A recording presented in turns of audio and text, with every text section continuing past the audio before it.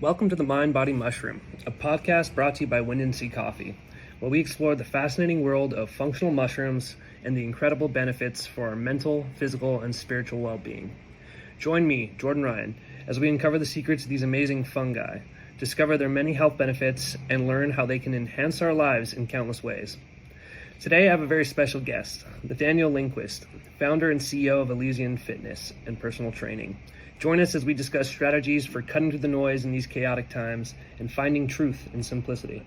I'm here with my good friend, Natty Linquist. Welcome to the Mind Body Mushroom. My name is Jordan Ryan, and we are talking about fitness.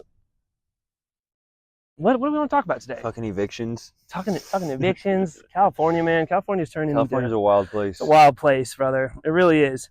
And maybe that's kind of how we approach this, is like what are some of the habits that you implement in your life to just like help you stay sane, help you stay like grounded, healthy, fit, focused, disciplined, but also like without like losing your mind. Yeah, actually enjoying life. Yeah, enjoying life. Dude, that's a great question. Yeah. Bro, it's honestly hard. I feel like there's a lot of noise and there's a lot of trends and like fads on social media as to like if you want to live like especially now it's like the primal life. Like if you want to live the primal life, right, or the life of our ancestors or the healthy life, you have to do these things. And a lot of those I prescribe to, but I feel like it can go too deep and it can become confusing to a lot of people. Sure. To the point where now you're thinking about like non-stick pans, like should I be using those or not? And you're listening to like which supplements can I take, because everyone has their own supplement brand that they're putting out. Right. Which nothing wrong with that, but right. Dude, I think honestly like the training that I do through Elysian Fitness and what I preach to people is just honestly keeping it simple. Sure. And that comes in how you move your body, what you eat, and honestly sleep. Totally. And social life. Like those three things: connection, movement, and fuel. Yeah. Like if you can simplify those to where you don't have to be eating the healthiest food all the time, which a lot of people don't even understand what healthy food is. That's so because funny. So true. Like you look at the FDA, you look at USDA, what they're actually putting out, bro, as to what's healthy. I don't know if you saw this study. It was a company called Nova, and they did a study through the FDA, and it showed that 92% of your diet can be ultra processed and be considered healthy. Wow. And bro, like, yeah, you and I know that, but we know that's not true, but people look at that and bro, even like educated, intelligent, healthy people, like, I mean, friends of mine, stuff like this, I'll be talking and I'll be like, oh, like I ate so shitty last night, blah, blah, blah. I'm like, what'd you have? And then they'll describe something like it had a lot of butter and cream. Oh yeah. And I'm like, I don't know that's, you know what I mean? Like to your point is that like we associate, or like as a culture, we have a very skewed idea of like healthy versus unhealthy, or processed versus not processed. And that kind of contributes to like the confusion, and then also like just the anxiety and weird disorders that come off. Confusion, like, bro, 100%. Dude, and like with going back to like butter and like cheese and like eggs, butter, like cheese, you read a bunch of stuff and it says this is unhealthy. Well, what you're eating probably isn't even cheese. Like Kraft processed sliced, that's not cheese. Right. What you're drinking isn't real milk. It's ultra processed, homogenized, ultra pasteurized milk. And like what you're eating isn't good beef. Right. And so people have these ideas of, okay, this isn't healthy not because it's processed, but it's just they think the food is unhealthy. So they're eating like kale and spinach thinking like, okay, this is the healthy food that I need to be eating. Right. When in fact, like this might sound like controversial, but you don't really need to eat a whole lot of vegetables to live a healthy life. Sure. Because everything you can get in vegetables, you can get in fruit. Plus way more. A lot healthier sugar. A lot more vitamins, especially water-soluble vitamins. Way more fiber. And I think it just comes back to like what we were talking about before, this confusion and noise, and there's so much of it. Totally. And for most people, wading through all of the fucking seaweed and like trying to see what the light is so difficult. Totally, bro. I think that's like a really trying to distill, what the core like principles that are like generally true from all the noise. Because if you look at, the Mediterranean diet or the keto diet or any of these diets, like if you drill down into like broad strokes, like what's happening, it's like eat whole foods, closer to the way that they naturally occur. Yeah. And not too much, like moderation. Like following those kind of broad principles, you can really make 80% of your choices the good choices, regardless of the diet that you're on. Yeah. But you got to get past all of that noise. The noise, yeah. For sure. And it's not about perfection either. Like, totally. I still eat processed food from time to time, like you can still have the food that you like, but I like what you said, bringing that 80%, like live by the 80-20. 80% of your food is whole organic food that comes from the earth. Like if it comes from the earth, this has been sustaining people for thousands of years. And you look at the past of America, you look at the past of people who live in this world. Obesity wasn't a big problem until the freaking Industrial Revolution came out, until mass manufacturing and monocrop agriculture became what it is today. And so you look at that, and now people will argue with you and say, oh no, like processed food isn't the problem. I've talked to people who they don't think there's such thing as healthy versus non-healthy food. Really? I don't know if you're familiar with like food neutrality, but this is what they're teaching in... No, it's just kind of like where like micronutrients are not irrelevant. Like is this kind of keep going. Yeah, but well, similar to that, just all food is neutral. So yeah, there's right. No it's such just thing energy, calories in, calories out kind of deal. All food is food. Yeah. If it sustains you, then it's good for you. The only bad food is toxic food, so poisonous food, foods that's been left out.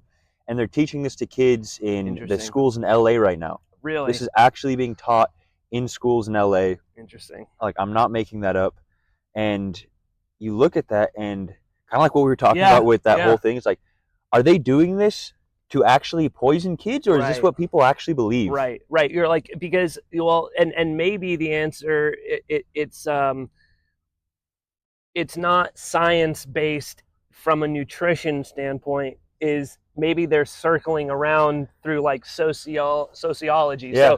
So hey, let's not say some foods are good and some foods are bad, because if you're maybe poor and you can't afford whole food, shopping at Whole Foods and getting a big, nice, bougie lunch, and you're eating more of the processed stuff, that might have connotations that are like, oh, well, that's the poor kid, and that's the... So like we can remove that stigma by just saying all food is, it's like the body positivity type of deal, where it's like if we make some food bad and some food's good, that's like saying some body types or some, if you're obese, that's bad. That's not, it's not healthy. And that's not healthy. And so we don't want anyone to feel judged about literally anything. And so all food is beautiful. Yeah. That's a good point. And it's honestly something that I've had to think about a lot, especially with clients I have who are overweight, and even family that I have who have eating disorders, who, like, especially for anorexia, where you're not eating anything.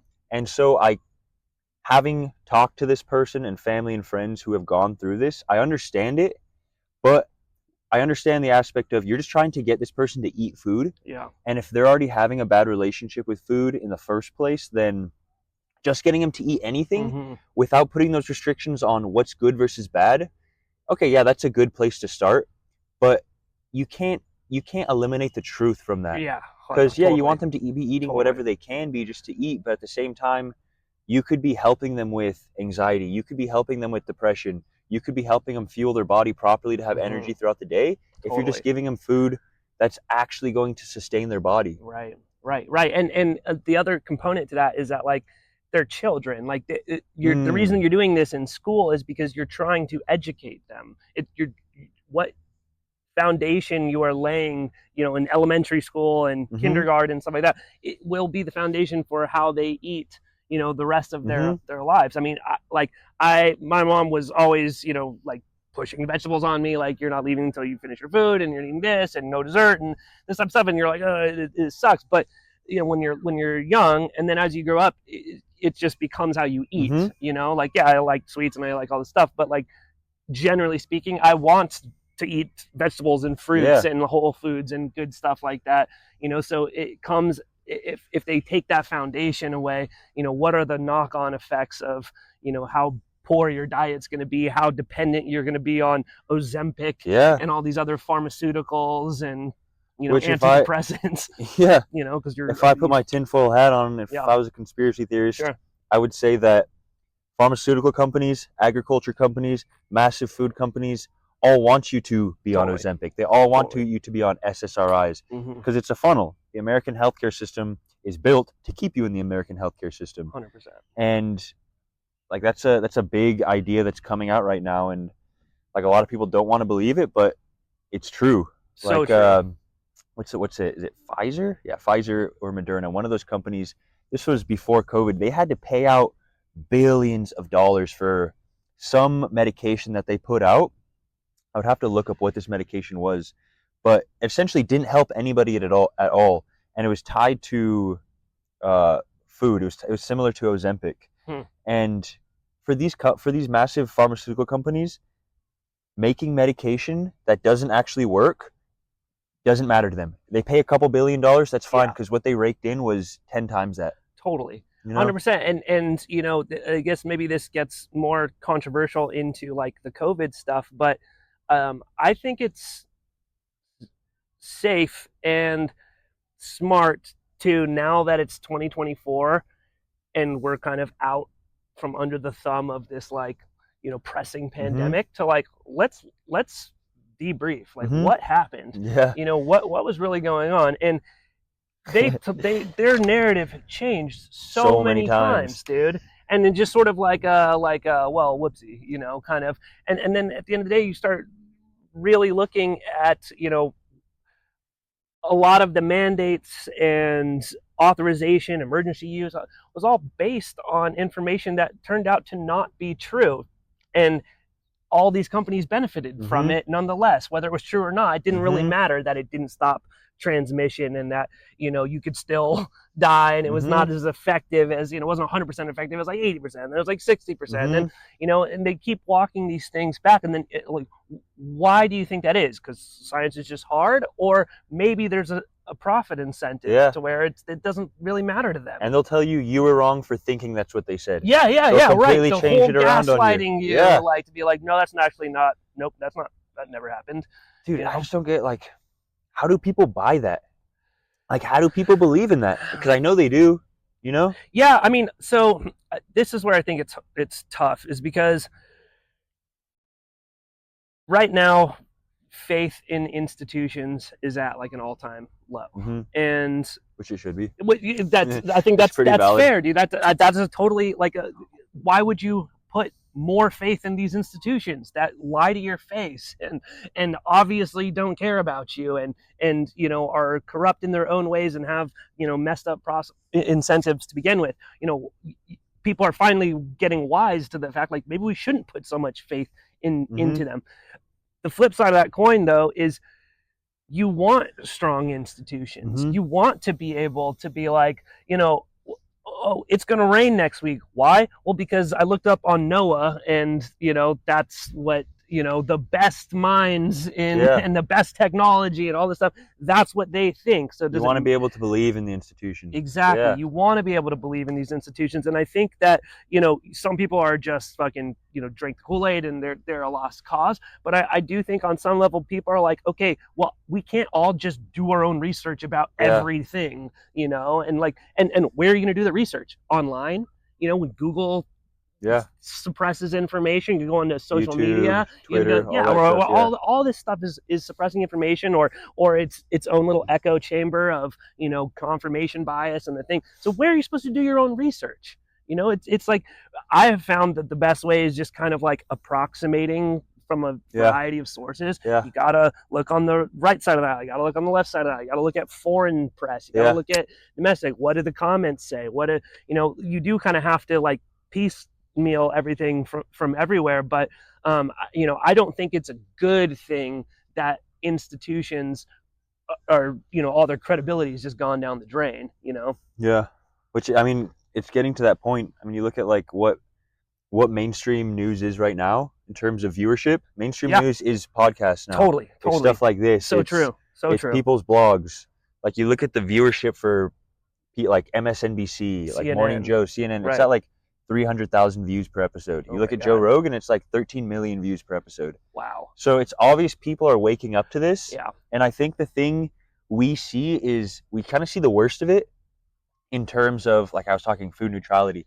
Like to me, that's something that is something like, I'm like, I don't understand how people believe in this, when in fact it's probably a very small majority. Sure. Similar with like transgenderism, something like that too. A good comparison. That's something that's become this massive huge thing. Culture war. And I think a lot of people are really frustrated, not just about the fact that people want to do this to themselves, because I think you can do it. It's a free country, man. Do whatever you want. But it's when we're putting this to our kids, man, and we're castrating kids, and all in the name of virtue signaling. Right.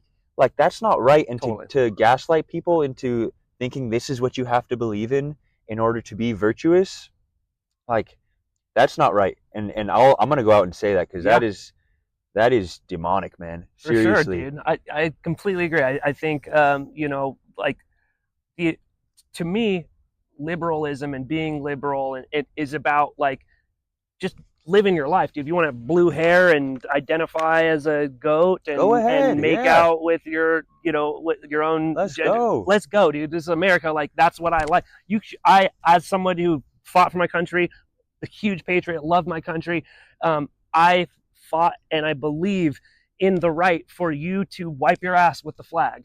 That is the country I want to live in. The one that's like, that's a little fucked up, but we're not going to imprison you. We're not going to like disappear you because you don't agree with the government or whatever. So I'm all for that. It's when it starts coming back around. You look at like the far left and the far right, dude. They both want to take away your liberty. It's just whatever their liberty, whatever they think is, weird or icky, that then they want that to go away, or that's bad, that's racist, that's fascist. It's like you guys, like, you're creating the exact situation, and then you're looking at, like, in terms of the gender affirming care for kids. They've done studies on this, and they find that they're starting to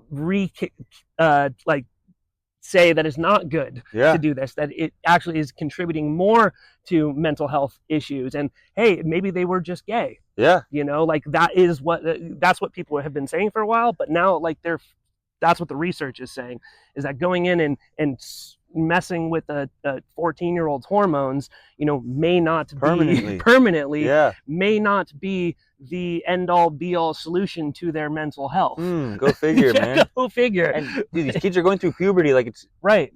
I mean, it's confusing. And difficult, so confusing. You don't know what's going on. It's painful, but like for that to be the first option, and now in California, I think you just have to be 10 years old and you can get gender affirming care, and they don't have to tell your parents. And you have to tell your parents. Yeah, that's like the new thing, which too. is bonkers, man. And like for me, just the fact that that's being done in the name of virtue, and in the name of freedom, when these kids these kids are kids, they don't know what's going on, and they can't vote. You can't buy cigarettes. You can't buy cigarettes. You can't drive. So why should you be able to make a life-altering decision on the spot by yourself? And that goes back to what is pharmaceutical companies making out of this? How are they making money? Totally, bro. And there's a lot of people who, like, they've gone through these surgeries, and there's one girl, her name is Chloe something. I was just listening to her the other day, and now she's going out and saying, like, she's speaking out against it, and they're suppressing her, they're silencing her because it doesn't fit in with their narrative. And dude, like, personally as a Christian, I believe we all have free will under God, and you should be able to make whatever decision you want to make. But when that starts affecting other people and the kids in this country, like, that's our future generations with something that I believe truly is demonic. Like, something's got to stop there, man. That's evil. Totally. I want to go into a little bit of your, like, background too, just because it's really interesting, and I think it'd be cool for the viewers. But I just because you kind of mentioned demonic, I thought, like, this is an interesting direction. So my thought is that kind of like the mainstream, like, scientific worldview or whatever, it's a materialist worldview, meaning that like consciousness is an emergent property of matter. If you get enough brain cells together and you put them in, well, maybe you'll get intelligence. That's the materialist worldview. And with that worldview, we're all just meat robots in a meaningless universe. We're all animals. It doesn't matter. Might makes right.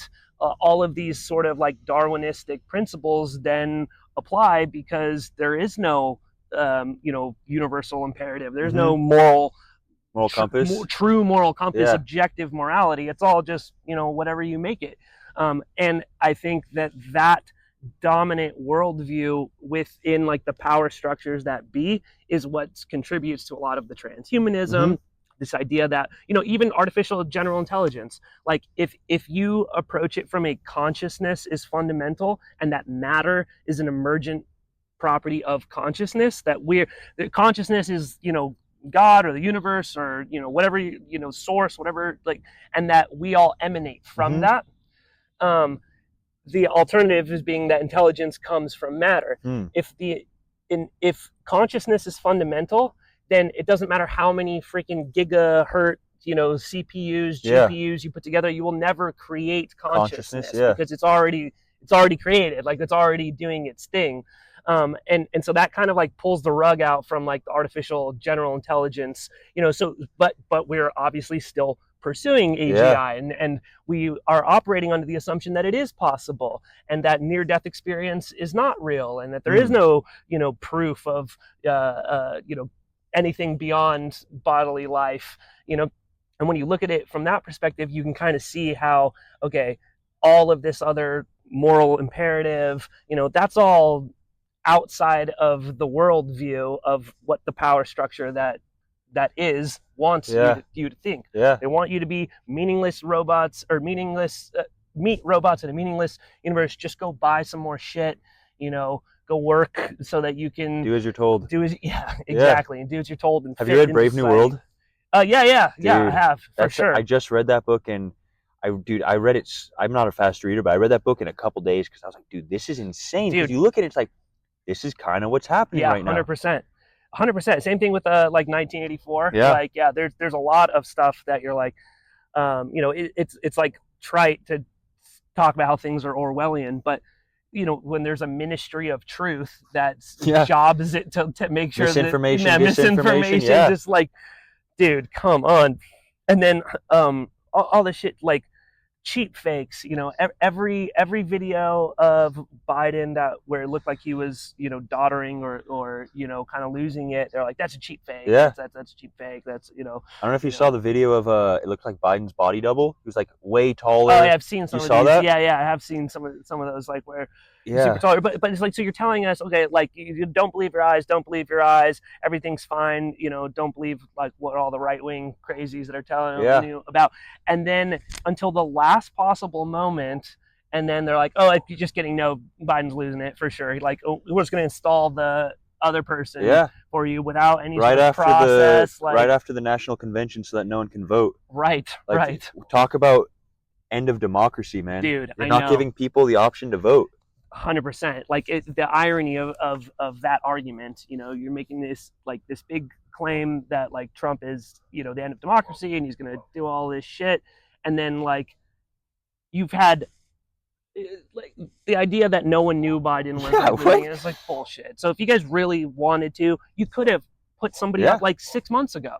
Like, hey, Biden, great guy, did a great job. We love him. He's awesome. And what a solid, like cares so much for this country. He's willing to put his own political aspirations, his own career aspirations, his legacy, and he can step down and do the right thing and give the next generation.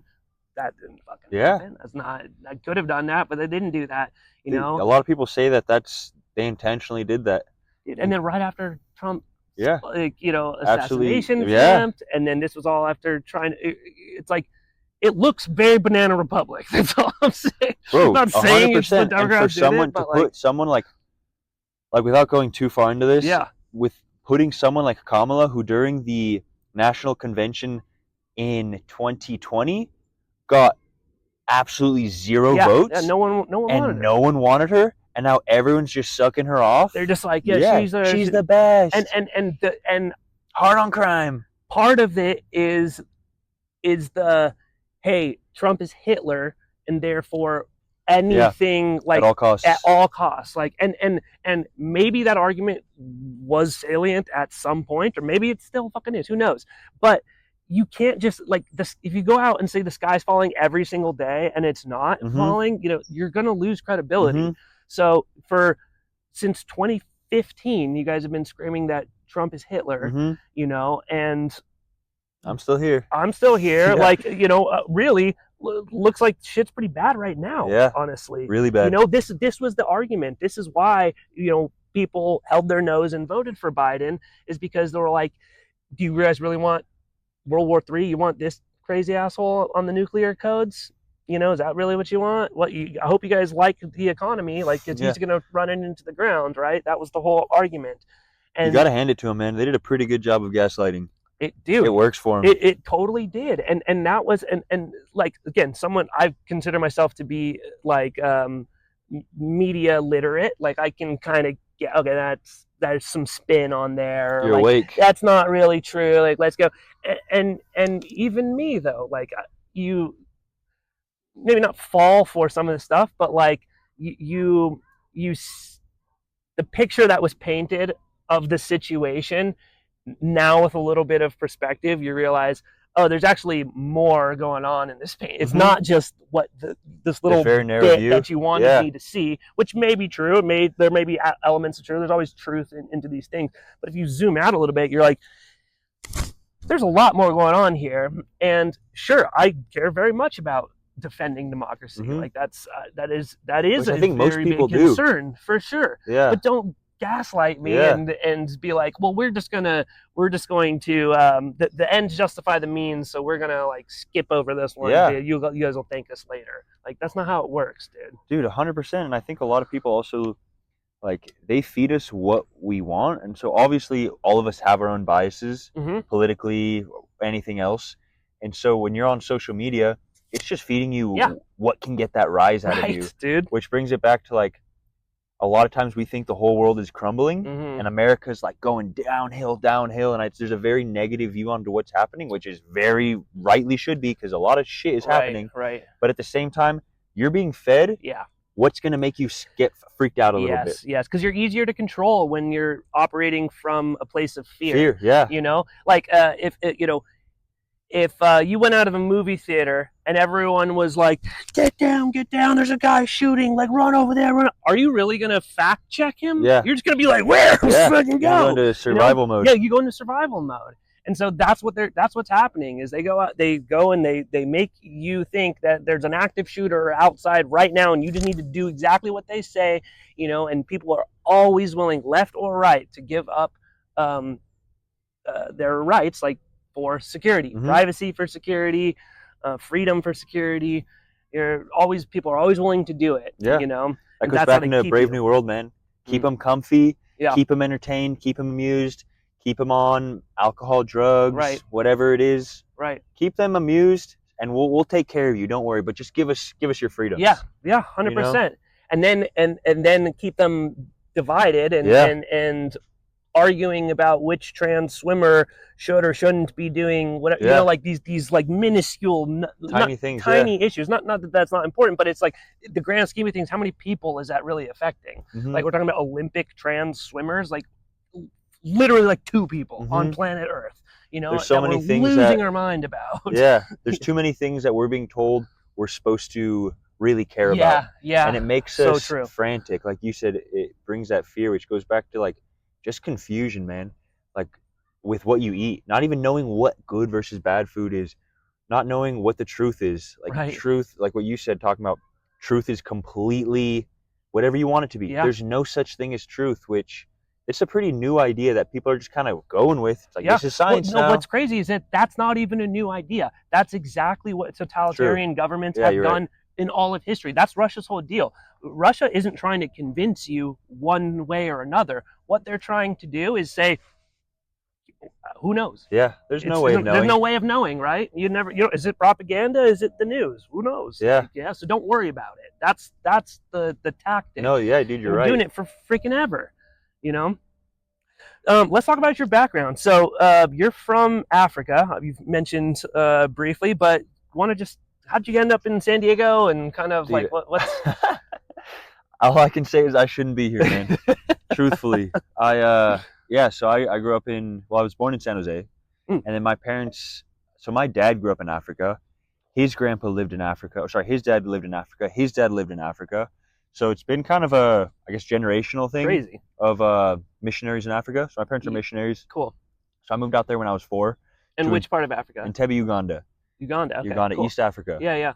Right next to Kenya, Tanzania, landlocked, right on Lake Victoria. Beautiful country, man. So beautiful. Safari country. Safari there, right? country, bro. Yeah. Exactly. Cool. That's where like Masai Mara is, Serengeti. Sick. All of that. Amazing. Beautiful place, man. Like, wouldn't change having lived there for the world. Difficult place to live, 100%. Went through a lot of hardship, but nothing that people here don't deal with, you know. Totally. It's just different, and like people there, I would say, are much happier, to be completely honest. And I think it's because of literally what we've been talking about. Like, we're so anxious, we're so depressed here. Out there, it's literally just trying to get food. Yeah, you know, and that's your only problem. Right. And you're thinking every day, like, okay, how am I going to survive today? You don't have the capability or space in your mind to be able to worry about, is this person a Republican? I can't talk to this person. Totally. And it's so community based, which I loved, which made it difficult moving out here. But really what got me here, to answer your question, truthfully, I would say was soccer. So out there, like, I was the only white kid. I moved out there when I was 4, and they didn't take very nicely to me at first. First couple years, I was bullied a lot, sexually abused. That's all stuff like I kind of just shoved down for most of my life, and past couple years, I was just like, why? Like, I'm not gonna evolve. I'm not gonna level up until I bring that up and talk about. So without making it too serious, no, that's it's huge, good for dude. me to just get that out. Yeah, I like that. I'm sorry that happened to you, but I'm glad that you are finding the courage to like talk about shit like that, because, dude, coming from like the military, like, mental health community, I mean, I'm sure sexual assaults, that type of stuff happens, absolutely, but were you in the military? Yeah. Oh, really? I didn't know that. I was in the Navy. How long? 4 years. Okay. Is that how you got here? Yeah. Okay, interesting. Yeah, so I got here. But it's a very, like, any sort of like macho, community like that. It's people don't openly talk about their traumas so much, or they don't want to like seem soft, or you don't want to seem weak or lose your job, or whatever the case is. And so and I mean, dude, 2 weeks ago, a colleague of mine from my old command committed suicide. And the guy was doing stuff in the like community, like he was out there, he was getting kind of involved with some like local politics. He lived in East Village. He was like very passionate about like the homeless situation down there. He was working with a lot of other like veteran companies. I guess you just wouldn't have expected it. You never know. And part of it is just like a guy like him. I could see, again, I don't know why anyone driven to anything, but it could seem like not something that he would want to open up about. He puts out a very like, I got my shit together, like, facade, and you don't know what's happening behind there. So normalizing that and just like giving people the courage to like talk about their own stuff not only helps them process it, but I think it helps other people as well. Because we're all going through like, maybe not something like that, but we're all going through anxiety, but we're all going through pain. Totally. And to not talk about it is just like, I really believe that we are given pain in this life for a very specific reason. I think God puts us through pain to help others. Sure. And a lot of people never actually process through that, and they hide their pain, like exactly what you're talking about. Yeah, and your life ends. And pain is in a form of energy that has to be processed. Right. And ultimately it comes from fear of what others think, fear of your own self-identity, like the ego. That plays a huge role. Totally.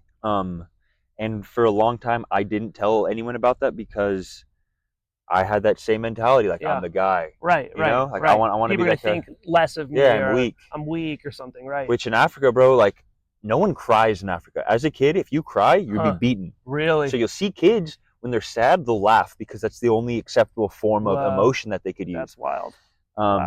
Which in turn, like people don't really talk about. Like you'll never have a conversation like what we're having, a talk like emotion that doesn't happen out there, bro. Wow. People will be like, "What are you talking about?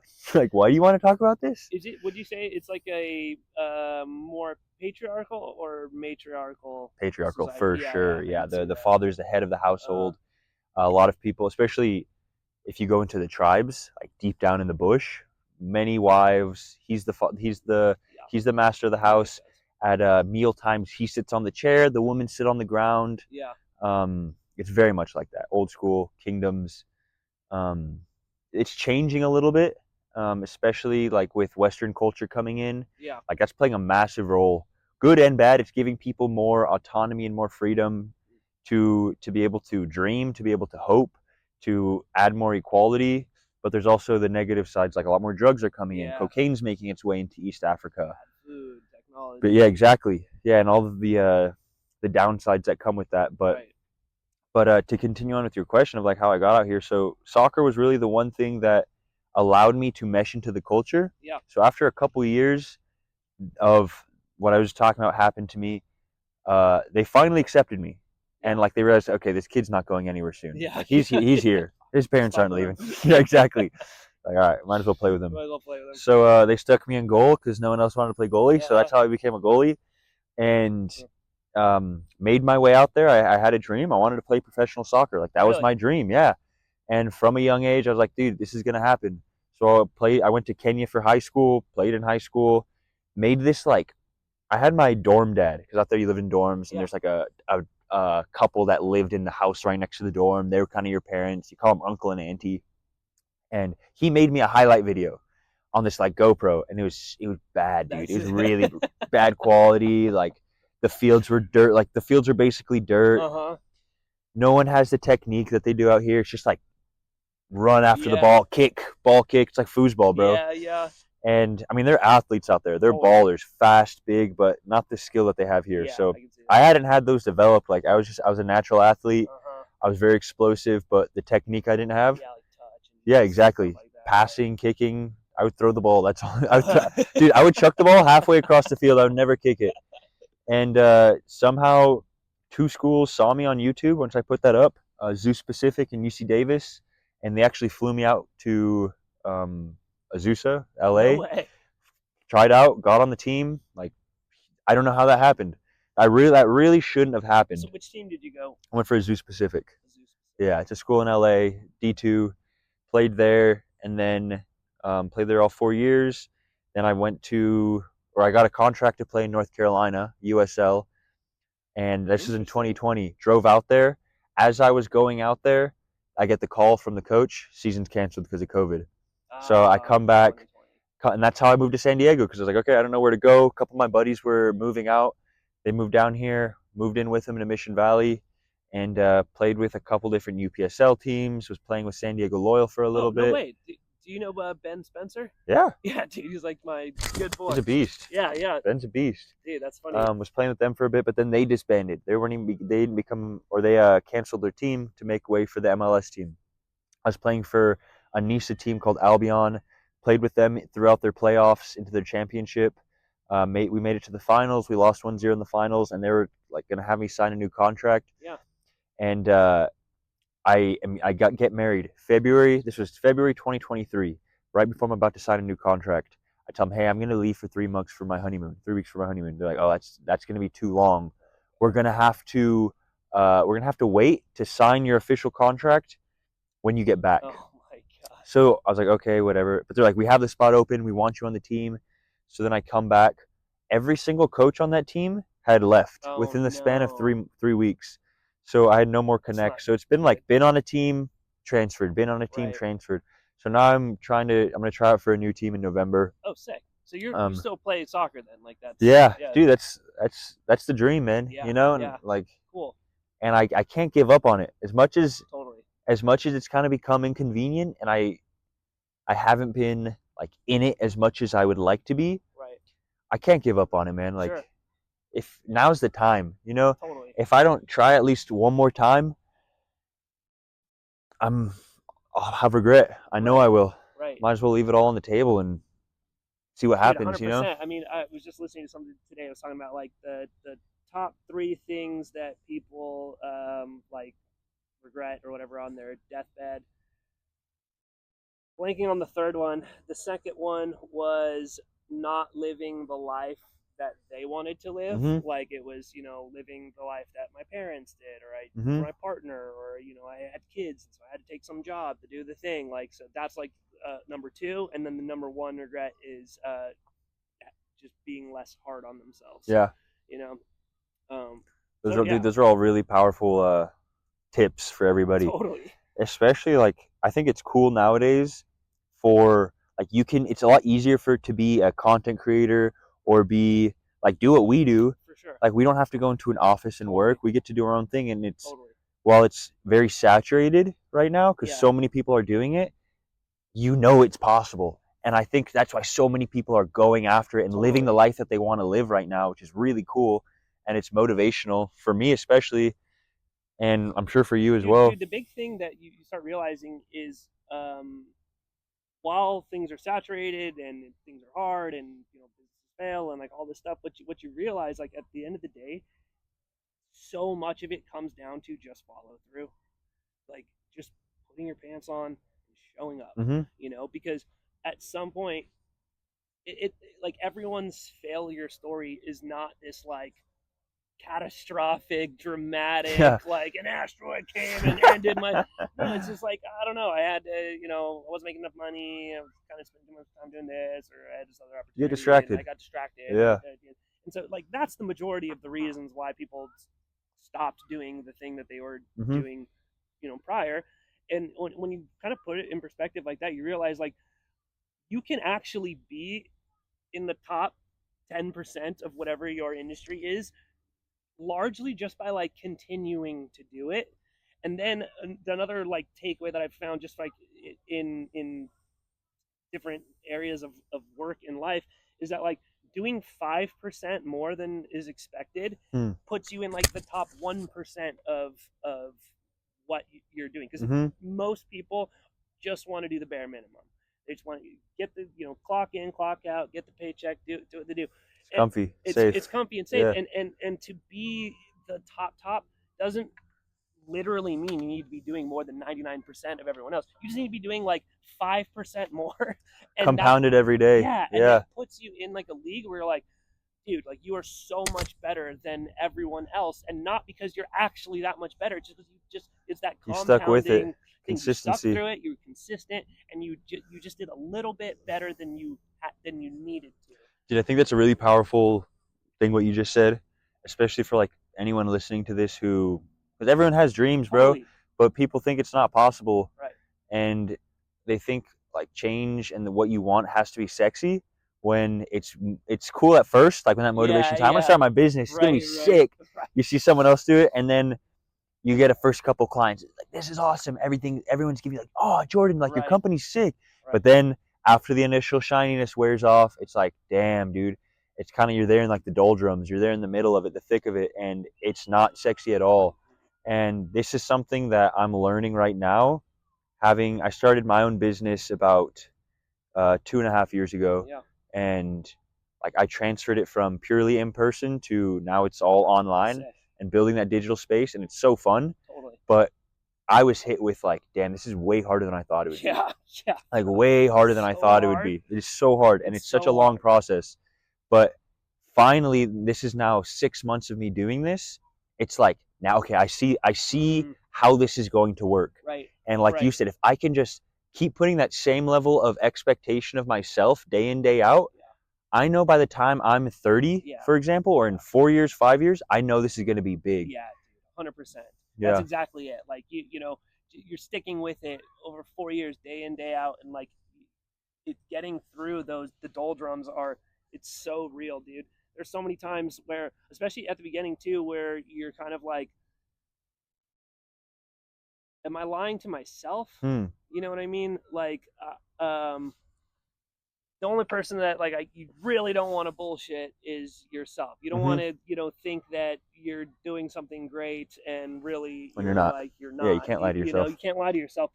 And so there's a lot of times where you have like imposter syndrome, or maybe everyone was right. Maybe I should go pack this up, or what am I going to do when that doesn't work? And it's easy to kind of like get caught up in those things, and like I honestly think you need to be a little stupid. Like there's like think a little less about it. Yeah, think a little less about it, and just kind of like show up and just like kind of go through the motions. And dude, I mean, it's just like going to the gym too. Like going to the gym doesn't need to be the best workout, that week, that month. Sometimes just showing up and just being consistent and being like, damn, that was a really shitty workout, but I'm here. I'm here. Yeah, like, that's enough. 100%. And that is more than most people that have that like grit and determination to keep going back and fight through that those negative feelings. 100%, like, dude. The negative self-talk. Yeah. And I think a big part of it too is like through everything that we've said is faith. Like having real, because if it's real faith, it'll get you through those hard times. And like that's a big part of Elysian Fitness, of my brand, is having faith. And so for me as the boss or as the leader of this, if I gave up on this, that's like I'm the example, you were setting examples for our community, and like you preach something about faith or consistency, but you have to show that what you want is possible. Totally. Like totally. yeah, I think that's why people would pick you over, as a coach over, is like, are you living your truth? Like, are you practicing what you preach? I want to be like Nate because he is healthy and has a spiritual component to his life and has all these other aspects, and people look up to those things. So like, yeah, dude, you got to be authentic, and you got to like really be walking the path that you're trying to, and a huge component of that as a leader is just like holding on to the belief and having the faith that like you are gonna succeed. Yeah, bro. Belief is so powerful. Yeah. Like you could be having like the worst month of your life financially, like your business, but if like deep down you're like, nah, like I know this is gonna work out, dude, that'll keep you going. Dude, I'm not even kidding. So I cannot attribute a lot of this stuff to like anything beyond like a divine intervention, but there have been so many times where it's like the third of the month, I just paid all my bills, I'm looking at what's coming up, and I'm like, I don't know, this isn't gonna work. Yeah. I'm running the burn rate number, and I'm like doing the math, crunching the numbers. The math ain't math, and I'm like, oh my god, dude, what are we gonna do? And then a business grant comes in, or a class action lawsuit payment comes. I swear to God, dude, like these things happen, and you're like, you're not, it's not your plan, on some level. Like as long as you are trying to, like my personal thing is just like trying to be the best version of myself, trying to cause less harm in the world, do more good than harm in the world. And like, that's kind of like my calculus. As long as I'm like doing those things, I do believe that the universe, God, whatever, like you're exactly where you're supposed to be, dude. Things are happening exactly the way they're supposed to, and you're not given anything that you can't handle. Yeah, 100%, dude. Exactly. This is the challenge you're supposed to be dealing with right now.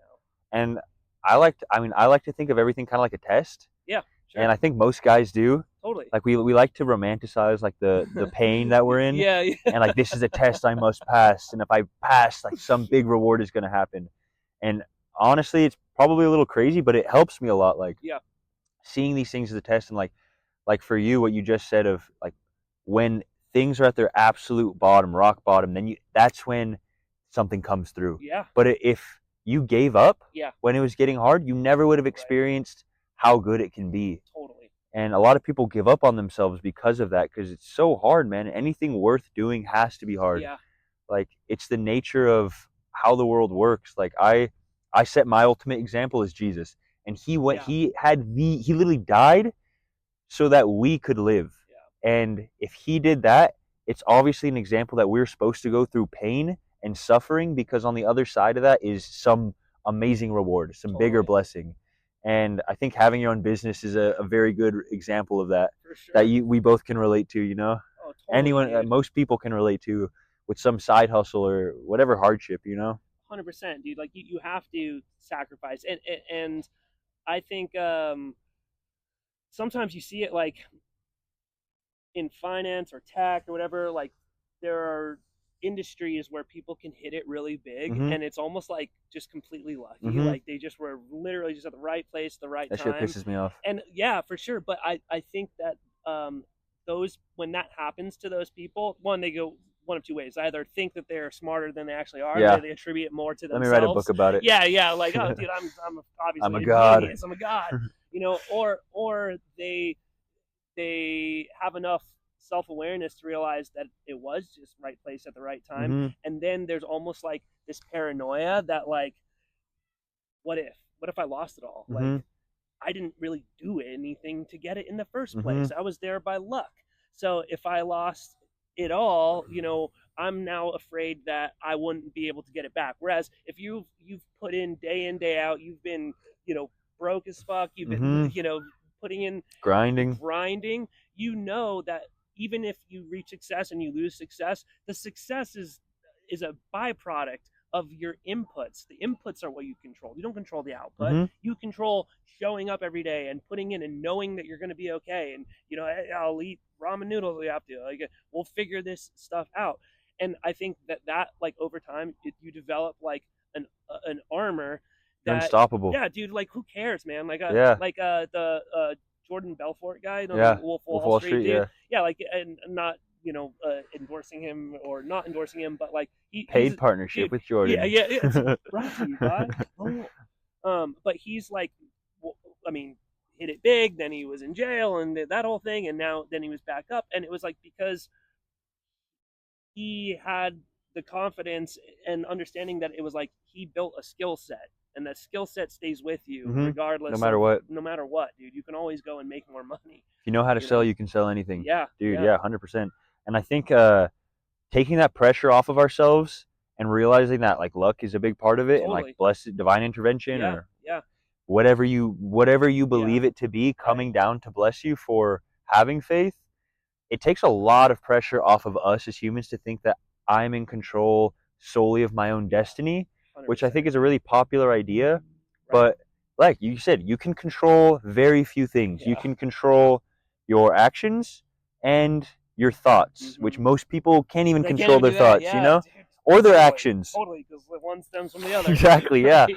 Right. And like those two, which is why like health and wellness are so big, because it's okay, how can I actually take control of my actions and my thoughts? Because when you can do that, you're not worried about the other outcomes. You're just focused on yourself and your community, and I'm not worried about everybody else because I know what I need to do for myself. Right.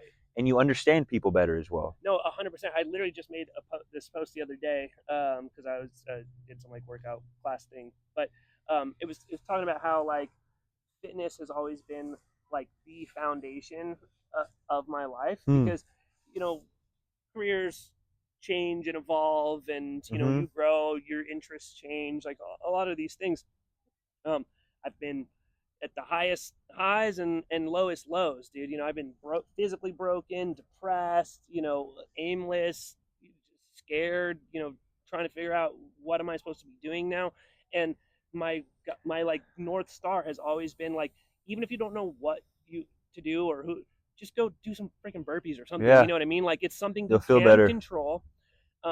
You can measure, like it's very like primal in how you are measuring progress, right? It's not like business is so obtuse. Fugazi. Like it's crazy. Like, what are you doing well? You know, who knows? It depends. Like stonks. Yeah, stonks are up, the stonks are down.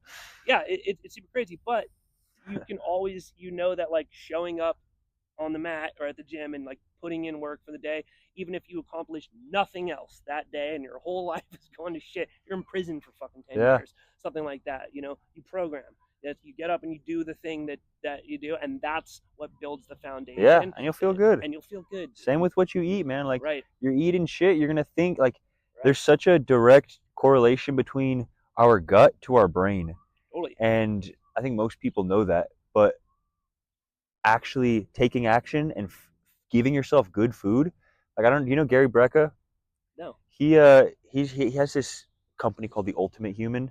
He's worked with Dana White and a lot of people, and he's kind of created a protocol. But a lot of studies he brings up are about how food actually causes anxiety, because a lot of the processed food that we're eating, especially things with monocrop agricultures like corn or with wheat that are being sprayed with like folic acid, with glyphosates and pesticides, our bodies can't process those. Most of us can't. Right. And so our body's inability to digest and absorb those nutrients is what causes anxiety. It's like causing like a cortisol production. Our body doesn't know what to do with this because we're not created to. So it sends the immune system to go. Yeah, and the nervous system gets fired up. Right. And that's what causes this tension inside of our bodies. Yeah. And like now we see what we feed our kids, why anxiety is so high. Right. And instead of, okay, maybe let's change their diet, it's no, let's give them this medication. Yeah, right. Adderall or we Ritalin. Know that social media and devices correlate with, decreased mental health, like more anxiety, suicidal ideation, that type of stuff. Yeah. Every kid has an iPad in their hands, so. And comparison's a big part of that too.